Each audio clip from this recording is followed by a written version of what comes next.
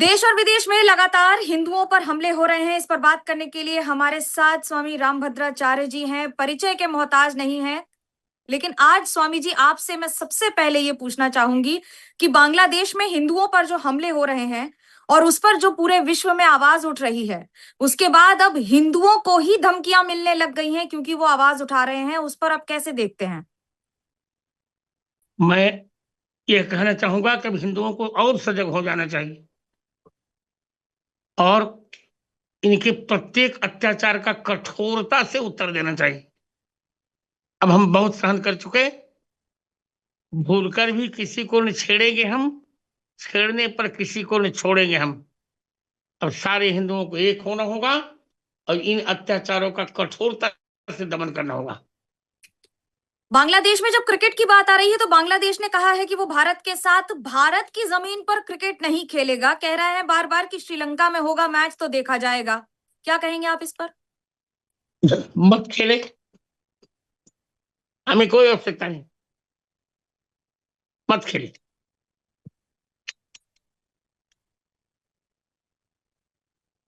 आपको लगता नहीं है इससे खेल की भावना को ठेस पहुंचेगी? नहीं, जब हम तो चाह ही रहे हैं, और वो जब कोई दुष्टता पर उतारू हो तो हमको हम क्या कर सकते हैं? हम उसे मनाने तो नहीं जाएंगे। पर और अभी अपने अंत। हाँ अपने जी। पड़ोसियों के साथ संपर्क बिगाड़ना भी तो अच्छी बात नहीं है। पर हम नहीं बिगाड़ रहे, बिगाड़ हुए रहे हैं। हमारे न जाने कितने हिंदुओं की हत्या कर डाली, हमारे मंदिर तोड़ डाले, सब कुछ तो हमारा कर लिया। जबकि हम ही ने अपनी सेना का बलिदान करके बांग्लादेश बनाया था। वो दृश्य मैं जानता हूँ, 1971 का मैं था, उस समय विद्यार्थी था मैं। हम ही ने जिसको जन्म दिया वो आज हमारा ही खून पी रहा है।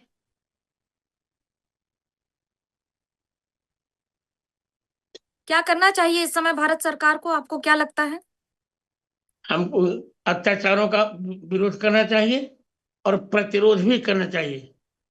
कैसे? सरकार से अंतरिम सरकार पर दबाव डालकर। पर गुरुजी, आज वहां की पूर्व प्रधानमंत्री शेख हसीना भारत में हैं। उनको हम एक और संरक्षण देते हैं, शरणार्थी बना के रखते हैं। वहीं दूसरी ओर जब खेल की बात होती है तो हम बांग्लादेश से अलग सुर अलग स्वर में बात करते हैं। क्योंकि बात ऐसी है, शेख हसीना का प्रकरण अलग है और अंतरिम सरकार का प्रकरण अलग है। वो अच्छी थी। अंतरिम सरकार जो इनकी बनी है वो कठोर हिंदुओं की विरोधी है। इसका इसका पक्ष अलग है, इसकी प्रकृति भी अलग है। इसे हम तो पाकिस्तान ठीक कर रहे हैं। पहलगाम करता है देश में, पाकिस्तान के साथ हम क्रिकेट खेल लेते हैं भारत की भूमि पर। बांग्लादेश के साथ खेलने में अलग क्यों है? नहीं, पाकिस्तान को हमने दंड दिया और इनको भी दंड मिलेगा। पर अभी अंतरिम सरकार का रवैया अच्छा नहीं है। इससे हमें यही करना चाहिए जो अभी करे, जो हमारी अ, क्रिकेट की समिति ने जो निर्णय लिया है, ठीक निर्णय लिया है। क्या आप ये हिंदू राष्ट्र की बात कर रहे हैं और ये एक अलग तरह की सोच नहीं हो जाती है बार बार कहना कि हम हिंदू राष्ट्र की तरफ आगे बढ़ रहे हैं? पहली बात, हिंदू राष्ट्र की बात मैं नहीं कर रहा हूँ। हमारा एक शिष्य है, धीरेन्द्र शास्त्री, वो कर रहा है। हिंदू राष्ट्र चाहिए, पर वो जरा समय समय सापेक्ष है।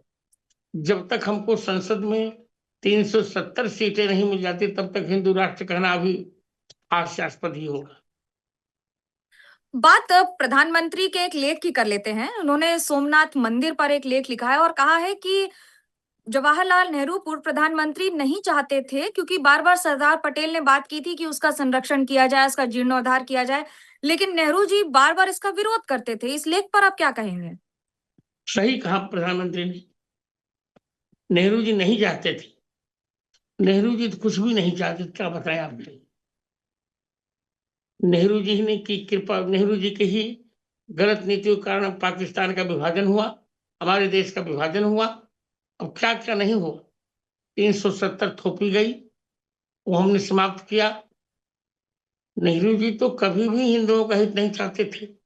तो कहते भी थे कि मैं घटनावश नेहरू हिंदू हो गया हूं। उनकी क्या कहें। प्रधानमंत्री ठीक रखा। एक सवाल आपसे करना चाहूंगी, अमेरिका में ट्रंप ने जो वेनेजुएला पर किया, जिस तरह का बहुत हमला गलत किया। किया, बहुत गलत किया, दादागिरी है उसकी।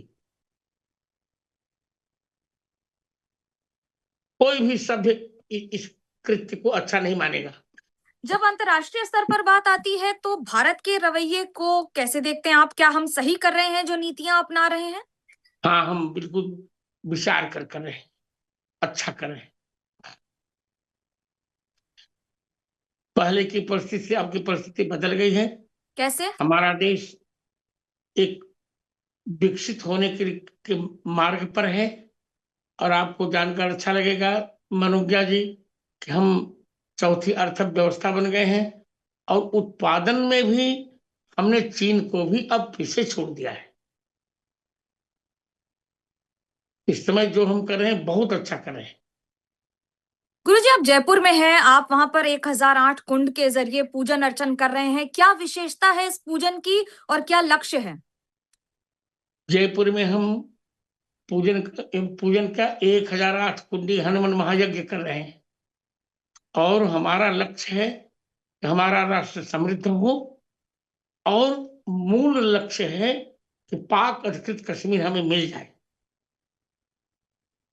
और मनोज्ञा जी, जब तक पाक अधिकृत कश्मीर हमें नहीं मिलता तब तक हम विश्राम नहीं लेंगे। और एक दिन आप देखेंगी पाक अधिकृत कश्मीर भी हमें मिलेगा और बलूचिस्तान भी हमें मिलेगा, सिंध भी हमें मिलेगा। कई ऐसे सोच वाले भी हैं जो कहते हैं पूजा पाठ से क्या होता है, धर्म से बड़ा कर्म होता है, उपहास भी करते हैं धर्म का। वे उनका दुर्भाग्य है। वे भारतीय संस्कृति नहीं जानते।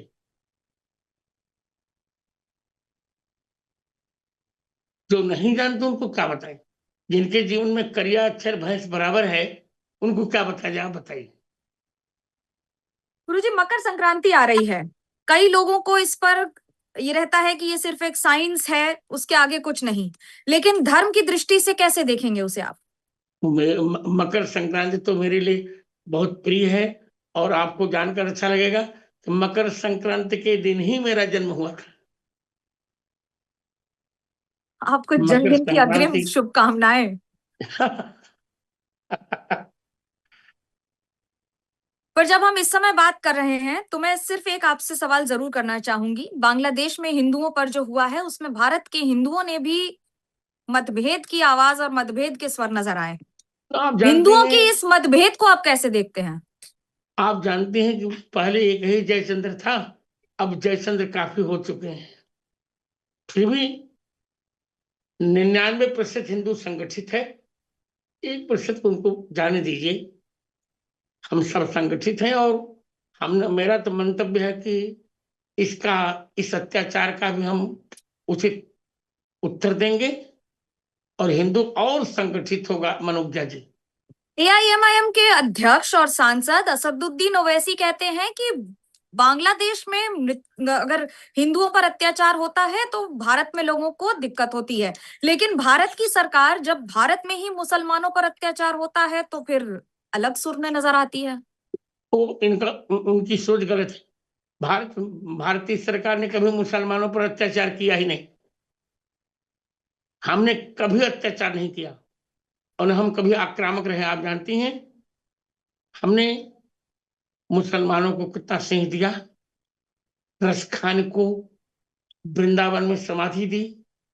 अब्दुल रहीम खान खाना को चित्रकूट में स्थान दिया। हमारा कहना केवल इतना ही है, भारत में रहने की इच्छा रहो, पर बाबर के होके मत रहो, अकबर के होके मत रहो। रहना है तो यदुवर और रघुवर के होके रहो। वंदे मातरम कहो, भारतीयता को प्रणाम करो, प्रेम से रहो, हमें कोई आपत्ति नहीं। और जो मुसलमान ऐसा नहीं करेंगे उनसे आपको आपत्ति है? बिल्कुल आपत्ति है। जो राष्ट्र का सम्मान न करे उससे तो मुझे घोर आपत्ति होनी चाहिए। क्योंकि वंदे मातरम एक राष्ट्र गीत है, सांप्रदायिक गीत नहीं है। उस संप्रदाय को मैं क्या कहूं, किन शब्दों में उसकी भर्त्सना करूं जो वंदे मातरम का सम्मान न करे। वो कौन सा बंगाल के कौन समझ रहे हैं? मुर्शिदाबाद में बाबरी मस्जिद बनने की तैयारी की जा रही है, फरवरी से उसका निर्माण शुरू हो जाएगा। हुमायूं कबीर पूर्व तृणमूल कांग्रेस के विधायक उसकी पूरी भूमिका और रचना कर रहे हैं, क्या कहेंगे आप? दुर्भाग्यपूर्ण है। बाबर के नाम पर मस्जिद नहीं होनी चाहिए, और आप देखते रहिए, ये होगा भी नहीं।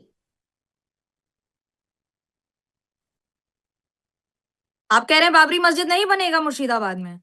नहीं बनेगी, मैं फिर कह रहा हूं। क्यों, कैसे? वो आप देखती रहिए परिणाम। जब मैं कह रहा हूं कह रहा हूं। भविष्यवाणी कर रहे हैं आप? मैं भविष्यवाणी कर रहा हूं। इस पर और आपसे एक मेरी महीने बाद भविष्यवाणियां जरूर पूछूंगी मैं। और मेरी भविष्यवाणियां सफल भी होती हैं।